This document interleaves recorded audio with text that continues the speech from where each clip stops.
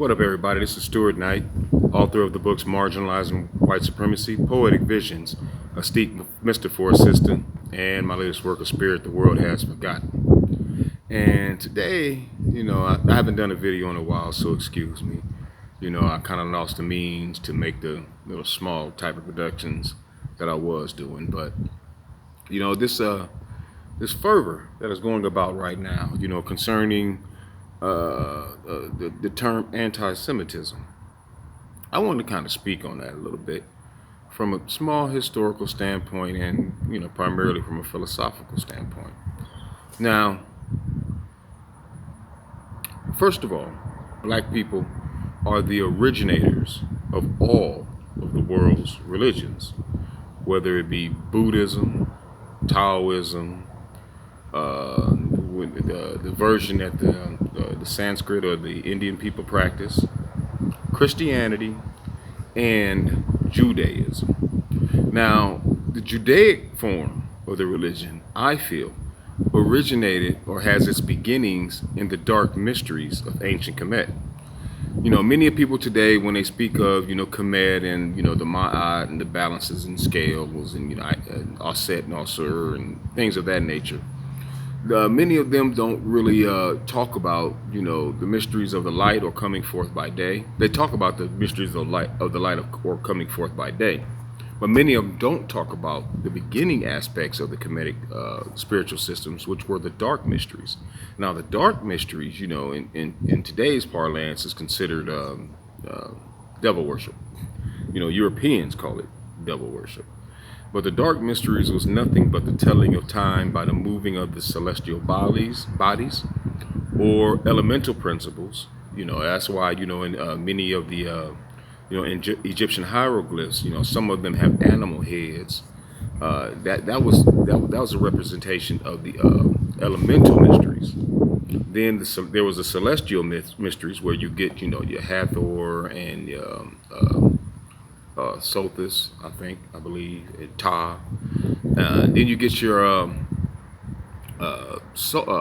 lunar mysteries, which goes about the times of, which goes about the phases and movements of the moon and light of the moon, in accordance with the Sirius Dog Star and the Little Dipper and the Big Dipper, which is part of celestial mysteries also, and the Southern Cross.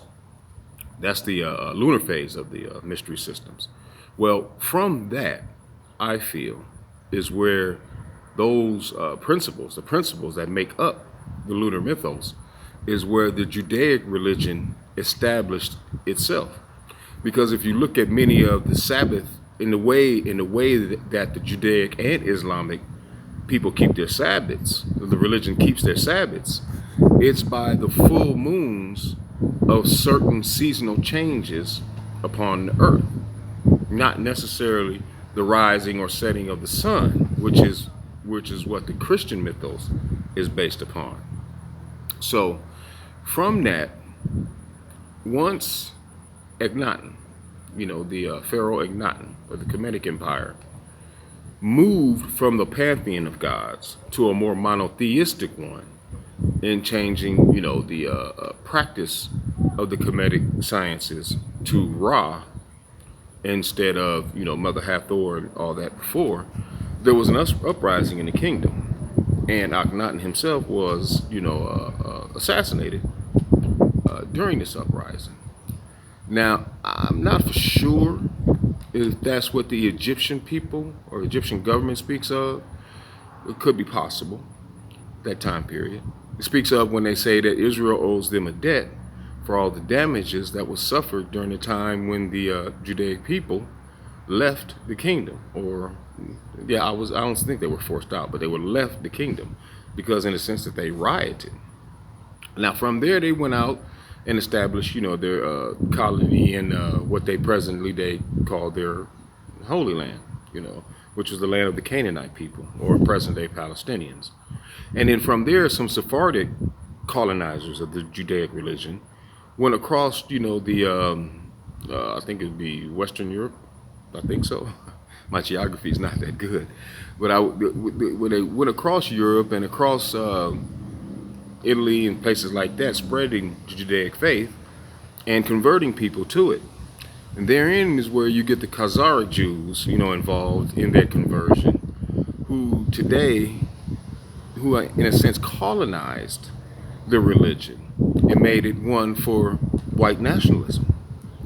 And this is why, the adapters of the Christian religion kind of cohesed with the Judaic religion in the form of the Old Testament, because they seen that their value structures were similar in the sense of the establishment of an ethno-religious state.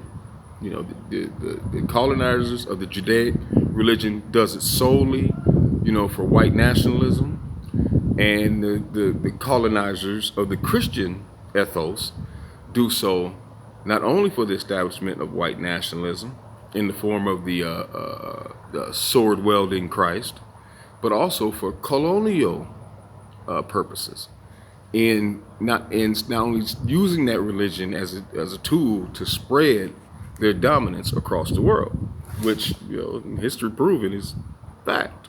But beyond that,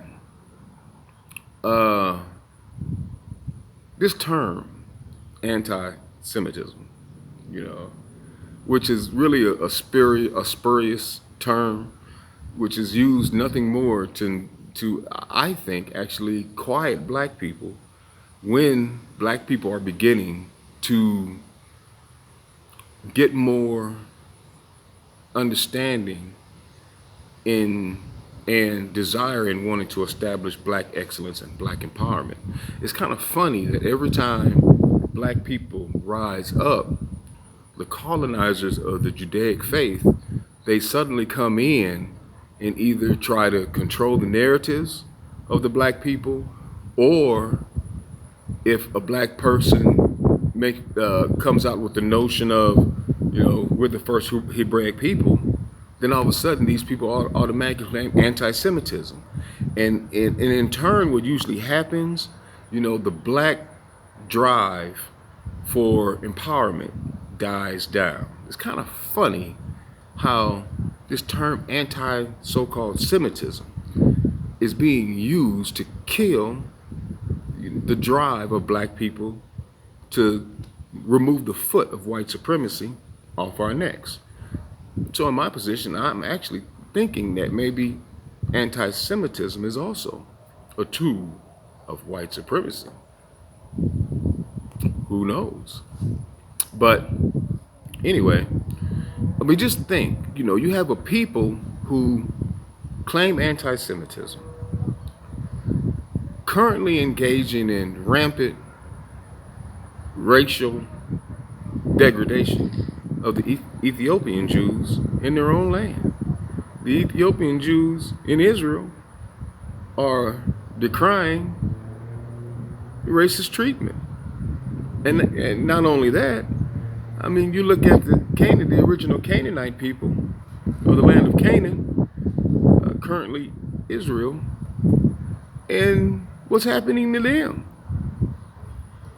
And the sad thing about that is, those people are Semites. The irony. But that's white supremacy, to utilize words as means of control, even in the defense of untruths. As long as you can quiet your opposition, you win.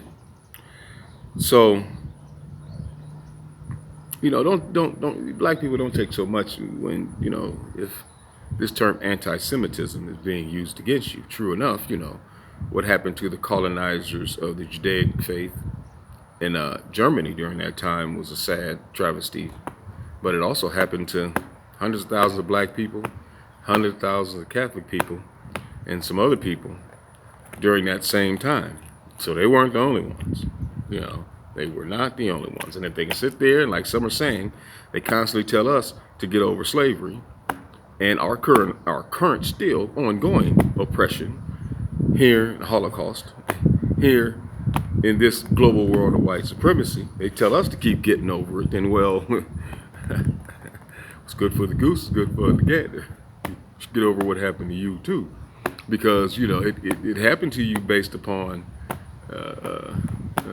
racial identity of the faith that you colonized. Yeah, oh boy, he knew. He definitely knew. But there was another point I wanted to make, and oftentimes, the word anti-Semitism is grounded around rhetoric or action that is utilized to punish, penalize, harm, or terrorize people, the colonizers of the Judaic faith. Okay, now on that point, I wanted to say is that historically, usury, or in other words, interest that's charged on money, usually ended up in the hey, what's happening, my brother? The debtee falling into debt slavery, and that was seen as a really bad thing. And whether it been the ancient Kemetic Empire, the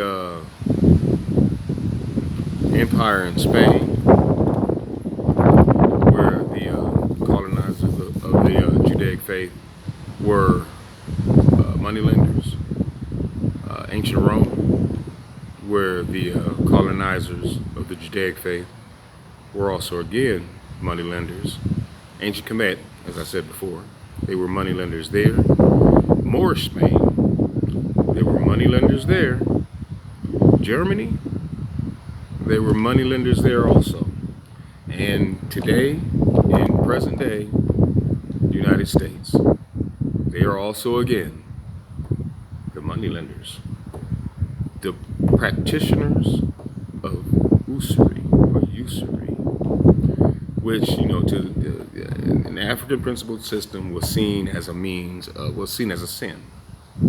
You understand? Because then you would continuously own the work of a person into perpetuity. To pronounce the word correctly. So, but that doesn't mean that the people deserve to be terrorized for it. But they should be closely monitored if they control the financial resources of your nation. But this is why, that's the reason why so many people have seemed to have had it in for the colonizers of the Judaic faith, whether they know that or not, But like I said, it doesn't justify terrorism, no matter what. You just have to watch it. But again, if you are a black person, who choose to speak about black empowerment, and black excellence, and the need for black people to uplift themselves out from up under the boot of oppression. If you do so, if you're a wealthy black person and you do so openly, expect to lose everything you've got. Believe that, because your oppressor, if they control your resources and if they control your money, you're gonna lose. Even if you're just a common black person, because white folks like to snoop all in your business. If they see you talking about in black empowerment, they're gonna find a way to think that well, I don't need to give him no job then, since he, thinks my people are an abuser. You might not even be talking about them in particular, but if they understand, it's a nationhood to them, practicing white supremacy, whether you're a colonizer of the Judaic faith or the Christian faith, to them is nationhood. Yeah, oppressing you, black people, is their call, is their moral code of nationhood. So if you speak out against that, chances are you're going to lose. You're going to lose everything you got. And if you're not prepared for that, then you should just keep your mouth quiet, build your understanding and knowledge more, and use your financial resources to support those that do come out and fight the untruths of white supremacy that is welded upon black people, and terrorism also. Use your financial resources to buttress, the call for freedom of black people in all of its means. And many are doing that nowadays. But one thing about it, if you put your voice out there, don't apologize, Because when you do, white supremacists take that as a weakness of all of us. And they use it against all of us. Understand, white supremacists believe in collective punishment and a collective appeasal, or, a collective servitude in a sense. So, if you're not really about the game, if you're not really about the understandings of black excellence, black empowerment, and you're not willing to lose, don't get out there and get yourself in a position where you gotta apologize and make us all look weak. But I understand. You may not have known that yet. Anyway, this is Stuart Knight, author of the books Marginalizing White Supremacy, Poetic Visions, A Steep Mister for a Sister, and my latest work, A Spirit the World Has Forgotten. Peace.